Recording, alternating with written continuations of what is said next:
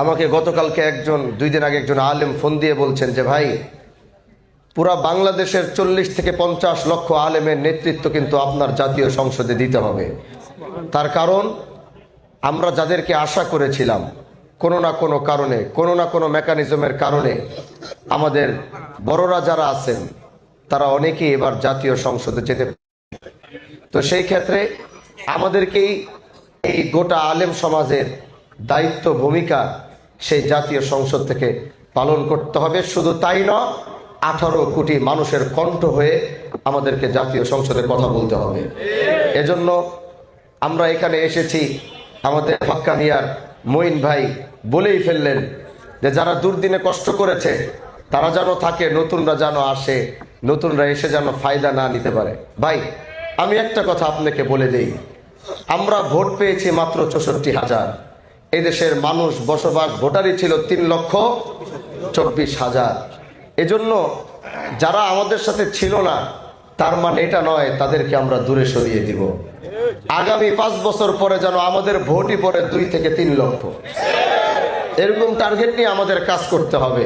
কিন্তু হ্যাঁ, আমাকে ব্যবহার করে, আমাদেরকে ব্যবহার করবে, আমাকে ব্যবহার করে কে উল্টাপাল্টা করবে, এই সুযোগ তো আলহামদুলিল্লাহ শিবচরের কারো হবে না। কারণ চোখ নাক সব আমার খোলা আছে, কে কি করছে, কে কি বলছে, কার কি উদ্দেশ্য, সব কিছু নলেজে নিয়েই কাজ করছি। এজন্য প্রিয় ভাইরা আমার, আমি সবাইকে বলবো, অনেকের একটাই অভিযোগ, এখন ভাইকে পাই না, ভাইয়ের সাথে কথা বলতে পারি না।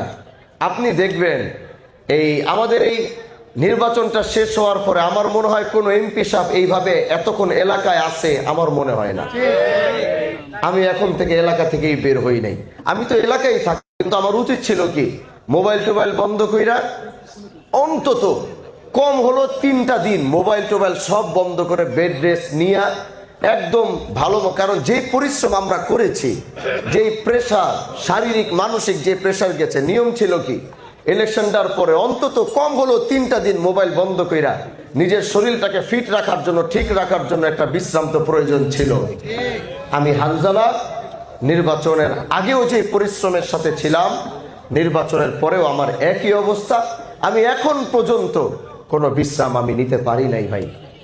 এজন্য তাহলে বুঝেন যে কোন পরিস্থিতি বা কোন বিষয়ের উপরে মানে আসি, যে নিজের বিশ্রামটুকু নির্বাচনের পরে একজন এমপি যতটুকু কষ্ট করে আমাদের তার থেকে বেশি কষ্ট করতে হয়েছে।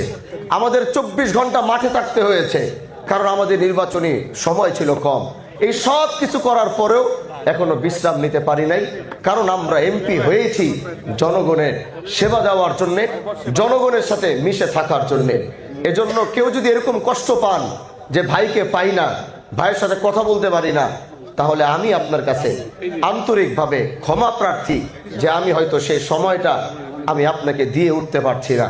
এবং এই কথা চিন্তা করার কোনো সুযোগ নাই যে ভাই এখন সে এমপি হয়ে গেছে, এমপি হয়ে যা আমাদের সাথে কি আগের মতো কথা বলবে কিনা, আমাদের সাথে এইভাবে। ভাই, এমপি তো এই দেশের মানুষ আমাকে অনেক আগেই বানাইছে।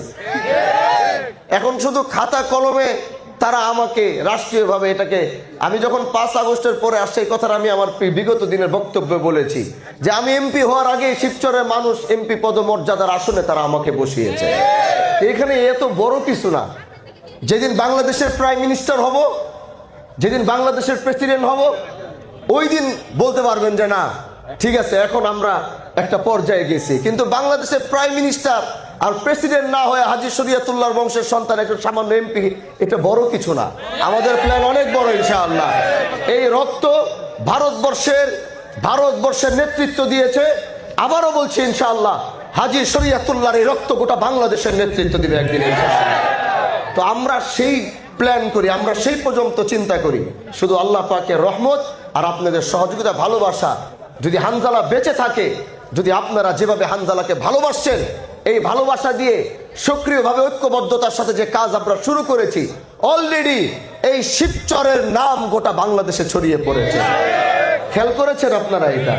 এই শিবচর মাদারীপুর মানুষ চিনত না, গত কয়েকদিনে এখন শিবচরের নাম গোটা রন্ধে রন্ধে সব জায়গায় পৌঁছে গেছে।